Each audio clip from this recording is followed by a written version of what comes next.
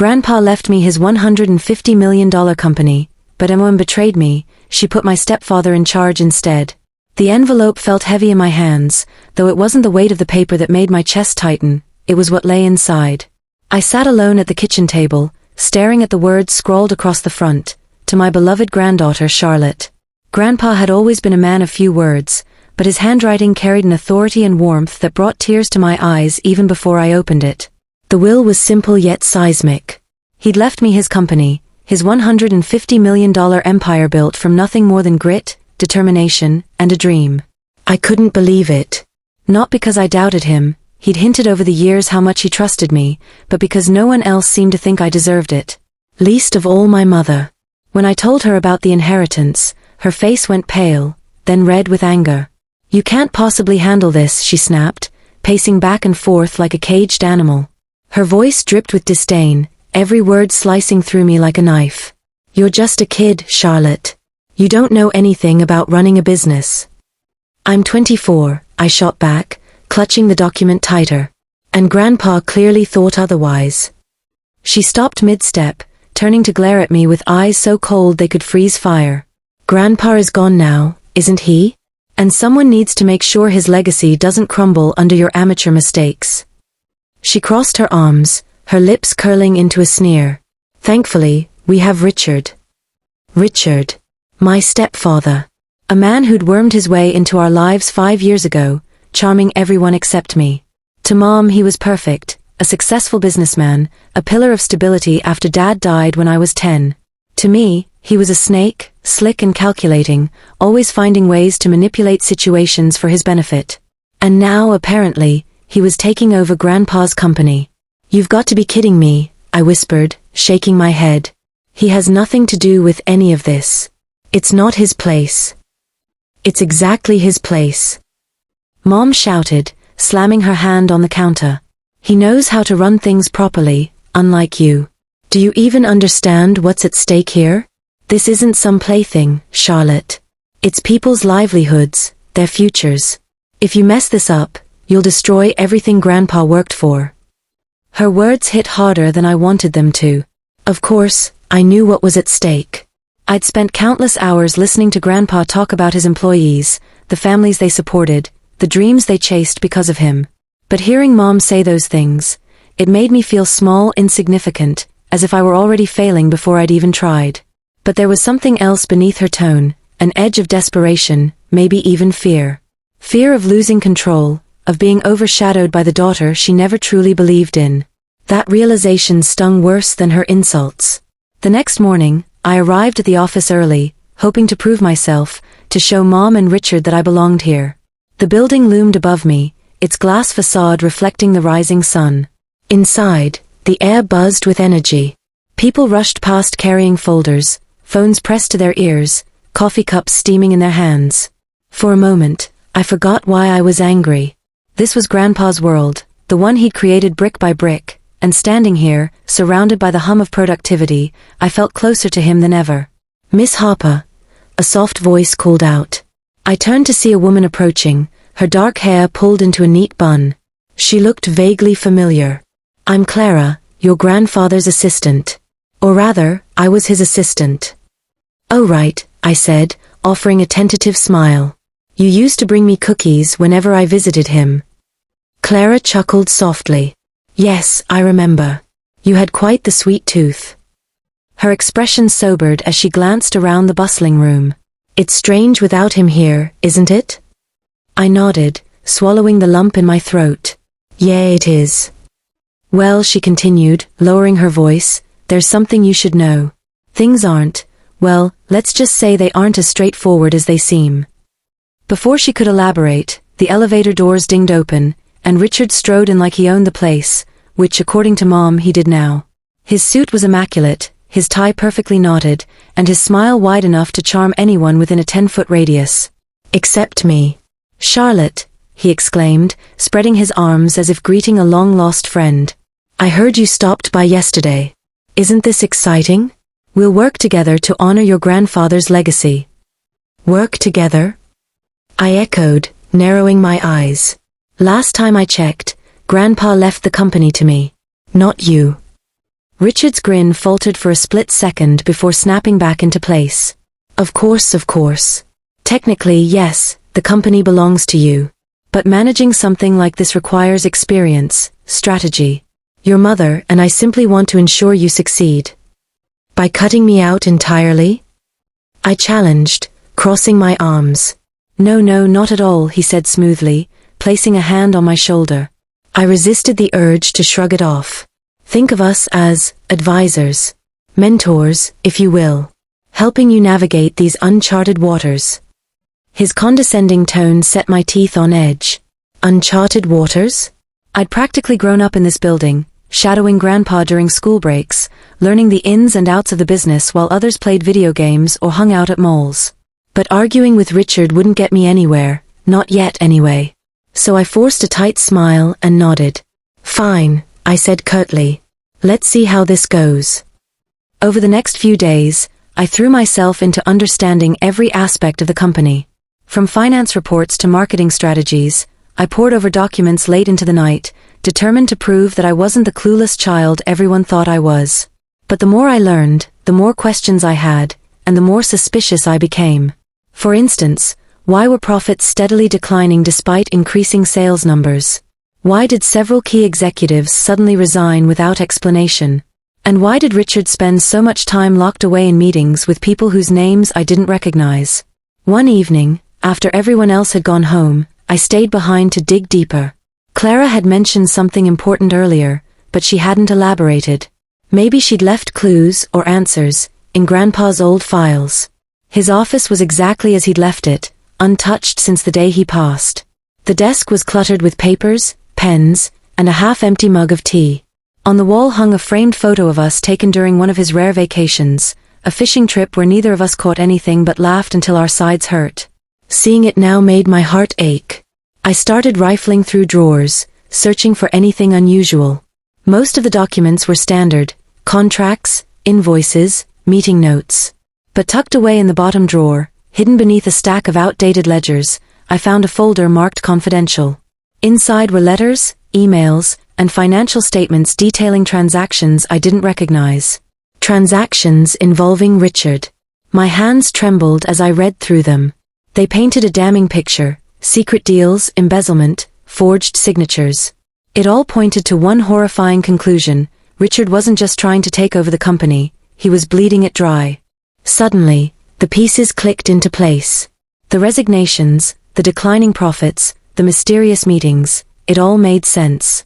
Richard wasn't protecting Grandpa's legacy, he was destroying it. Anger surged through me, hot and blinding. How dare he?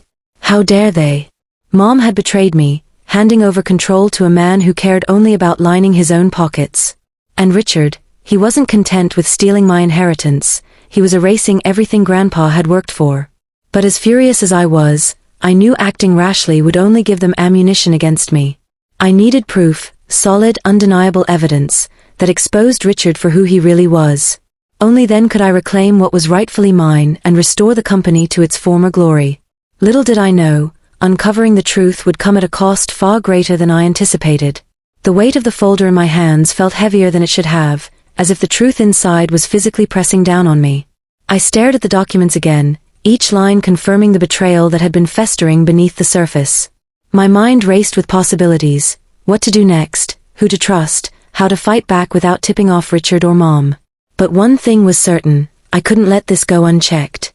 I slipped the folder into my bag and locked Grandpa's office behind me, ensuring nothing appeared out of place. As I walked through the dimly lit hallway toward the exit, the silence seemed deafening. The hum of the fluorescent lights above echoed in my ears, mirroring the storm brewing inside me.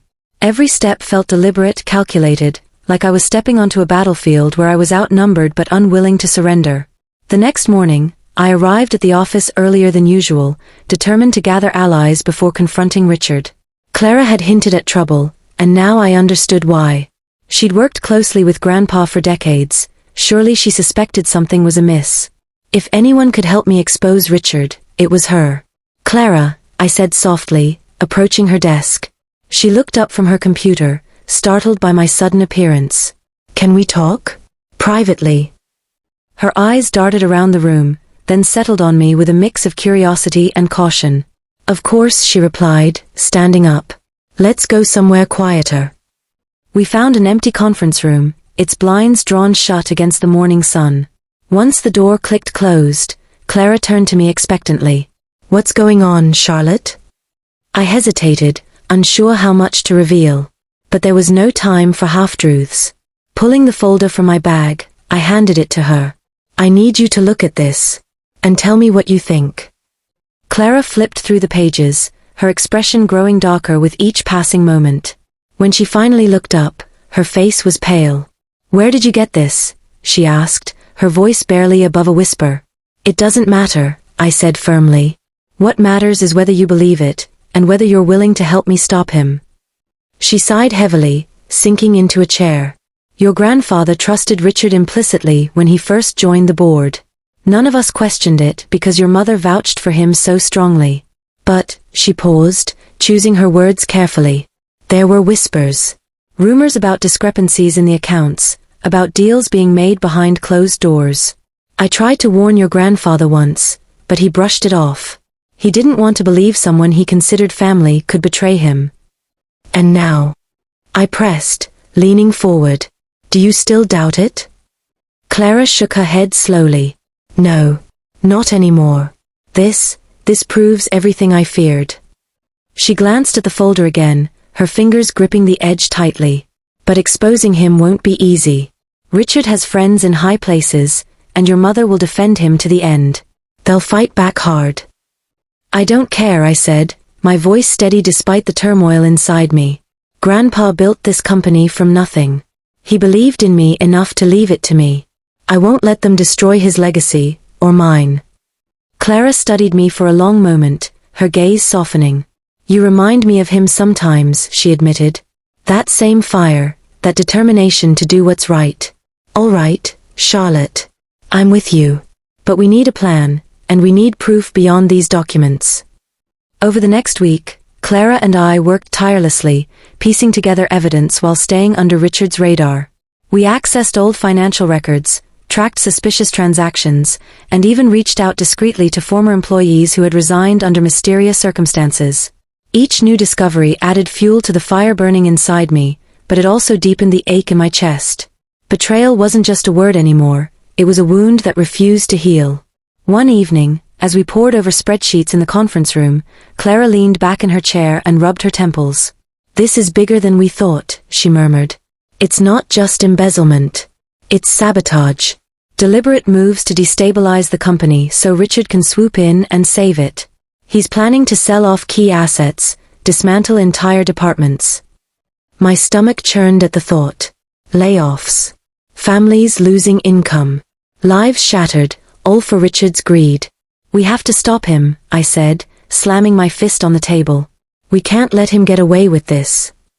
"But how?" Clara asked, her voice tinged with desperation. "Even if we present this evidence to the board, they might side with him. Your mother will make sure of it." An idea began to form in my mind, fragile yet promising. "Then maybe we don't take it to the board," I said slowly. "Maybe we take it public." Clara's eyes widened. "Are you serious? Going public would mean war. You'd be putting yourself in the crosshairs, not just Richard, but the media, investors, everyone."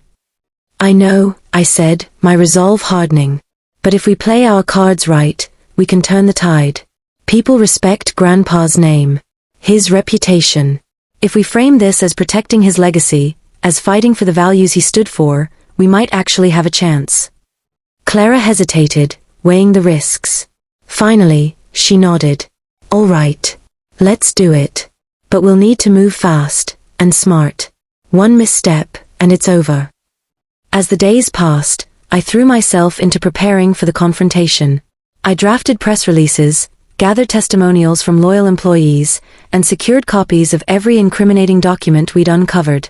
It was exhausting work, but the adrenaline kept me going. For the first time since Grandpa's death, I felt alive, not just surviving, but fighting for something greater than myself. Still, doubts lingered at the edges of my mind. What if I failed? What if Richard and Mom crushed me before I could strike? The fear gnawed at me, threatening to consume me whole. But whenever it grew too overwhelming, I reminded myself of Grandpa's faith in me. His belief that I could carry the torch, that I could rise above the challenges and prove everyone wrong. On the eve of our planned exposé, I sat alone in Grandpa's office, staring at the framed photo of us. Tears welled in my eyes as memories flooded back, the laughter, the lessons, the unconditional love. "I won't let you down," I whispered, tracing the edge of the frame with trembling fingers. "I promise." The following morning, I walked into the office with my head held high, ready to face whatever came next. The air buzzed with tension, as if the building itself knew a storm was brewing. Employees glanced at me curiously as I passed, sensing that something was different. And then I saw him, Richard, striding toward me with his trademark smirk. "Good morning, Charlotte," he said smoothly. "You seem energized today. Any particular reason?" For a moment, I considered telling him everything right then and there, letting him see the fury in my eyes, the evidence in my hands. But I held back, forcing a smile instead. "Just excited to see what the future holds," I replied sweetly. "Aren't you?" His grin faltered slightly, but he recovered quickly. "Indeed. Change is always exciting, isn't it?" "Yes," I said, meeting his gaze evenly. "It certainly is." Little did he know, the change coming his way would be anything but pleasant. The wheels were already in motion, set to unravel the web of lies he'd spun. All I had to do was wait, and watch it all come crashing down. But as confident as I felt, I couldn't shake the nagging feeling that Richard wasn't done playing games. And if I wasn't careful, his next move could destroy everything I'd worked so hard to protect. As the clock ticked closer to the moment I would expose Richard, my nerves were stretched taut like a bowstring. The press release was ready, the evidence meticulously organized, and loyal employees prepared to speak out in support of Grandpa's legacy. But Richard wasn't a man who played fair. He thrived on manipulation, deceit, and control. And as much as I wanted to believe we had the upper hand, I couldn't shake the feeling that he still held an ace up his sleeve. It happened during lunch. Clara rushed into the conference room where I'd been reviewing documents, her face pale and drawn. "Charlotte," she said breathlessly, "we have a problem." My heart sank. "What is it?" "It's your mother," Clara replied, lowering her voice. "She's called an emergency board meeting, for today. They're planning to vote you out as CEO. "What?" I exclaimed, standing so abruptly that my chair skidded backward. "They can't do that. Not without." "They can," Clara interrupted grimly. "Your grandfather left the company to you, but technically, operational decisions are subject to board approval.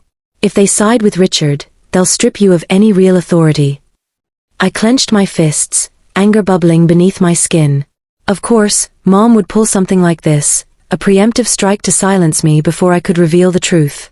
She knew what I was planning, which meant Richard must have tipped her off somehow. Someone had leaked our plans. "We need to act now," I said firmly. "If we wait until after the meeting, it'll be too late." Clara nodded, though worry lingered in her eyes. "Do you think you can sway them? Convince them not to go through with it?" "No," I admitted. "Not yet. But maybe I don't need their permission to fight back." The boardroom was tense when I arrived, every seat occupied by men and women whose loyalty I doubted. At the head of the table sat Richard, looking smugger than ever, while Mom stood beside him, arms crossed and jaw set. Her expression was cold, unreadable, a mask meant to hide whatever guilt or fear might be lurking underneath. "Ah, Charlotte," Richard greeted me with mock warmth. "So glad you could join us. We were just discussing some concerns about the company's direction under your leadership." "I'm sure you were," I shot back, taking a seat despite the icy stares directed at me. "Though I doubt those concerns are genuine." Richard chuckled lightly, leaning back in his chair. "Let's not waste time with accusations, shall we? The fact remains that running a business of this scale requires experience and expertise, qualities, unfortunately, that you lack." "You mean qualities you claim to have?" I countered, letting my disdain bleed into my tone. "Funny because from what I've seen, your expertise has done nothing but drain the company dry." Murmurs rippled through the room, but Richard's smile didn't falter. "Careful, Charlotte. Baseless claims won't win you any favors here." "Oh, these aren't baseless," I said, pulling the folder of evidence from my bag and placing it on the table. These are bank statements, forged contracts, emails detailing illegal transactions, all pointing straight to you." A stunned silence fell over the room. Richard's grin vanished, replaced by a look of pure fury. "Where did you get that?" he demanded, his voice sharp. "That's not important," I replied coolly. "What's important is that everyone here understands exactly who they've been trusting with the future of this company." Before Richard could respond, Mom stepped forward, her face flushed with anger. "This is ridiculous," she snapped. "You expect us to believe some fabricated nonsense over someone who's worked tirelessly for this company?" "No, Mom," I said, meeting her gaze steadily. "I expect you to believe the truth. Because deep down, you already know it. You've known all along what Richard's been doing, you just chose to ignore it because it was easier than standing up to him." Her mouth opened, then closed again, unable to deny my words. For the first time, I saw cracks in her carefully constructed facade. Guilt flickered across her features, quickly masked by defiance, but it was enough to confirm what I'd suspected. She wasn't blind to Richard's schemes, she was complicit. The battle lines were drawn. Some board members exchanged uneasy glances, clearly torn between loyalty to Richard and the mounting evidence against him. Others leaned forward, studying the documents with growing alarm. It was clear that not everyone was willing to overlook the truth. But Richard wasn't about to go down without a fight. "Even if there's merit to these accusations," he said smoothly, regaining his composure, "it doesn't change the fact that Charlotte is unfit to lead. Her actions today prove she's reckless, impulsive, everything a CEO shouldn't be. She's trying to protect the company." One of the senior executives interjected, surprising everyone, including me. "Isn't that what we should all want?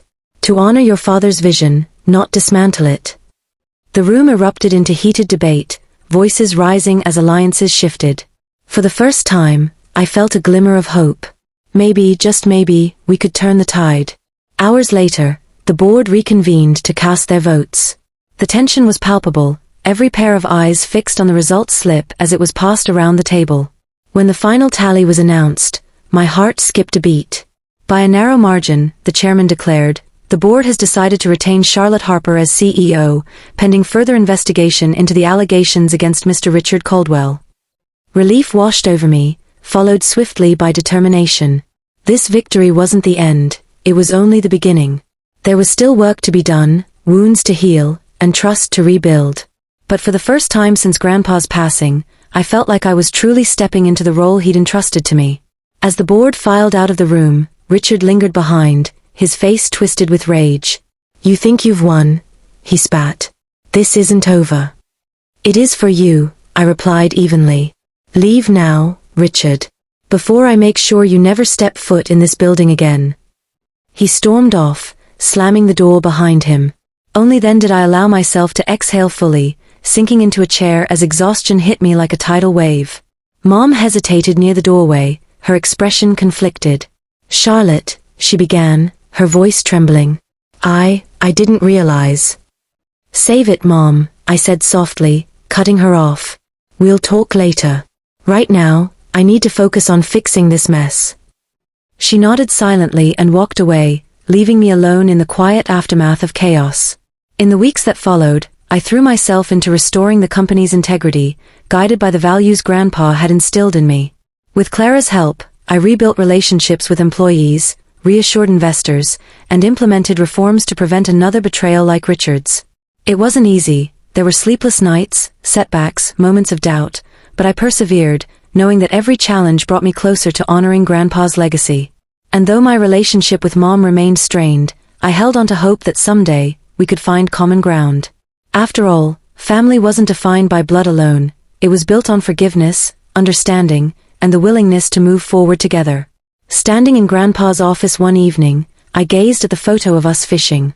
A smile tugged at the corners of my lips as I whispered, "We did it, Grandpa. Your company, and your dream, are safe." For the first time in months, I felt at peace. The road ahead wouldn't always be smooth, but I knew I was ready to face whatever came next. Because I wasn't just carrying Grandpa's torch, I was lighting my own path, one step at a time.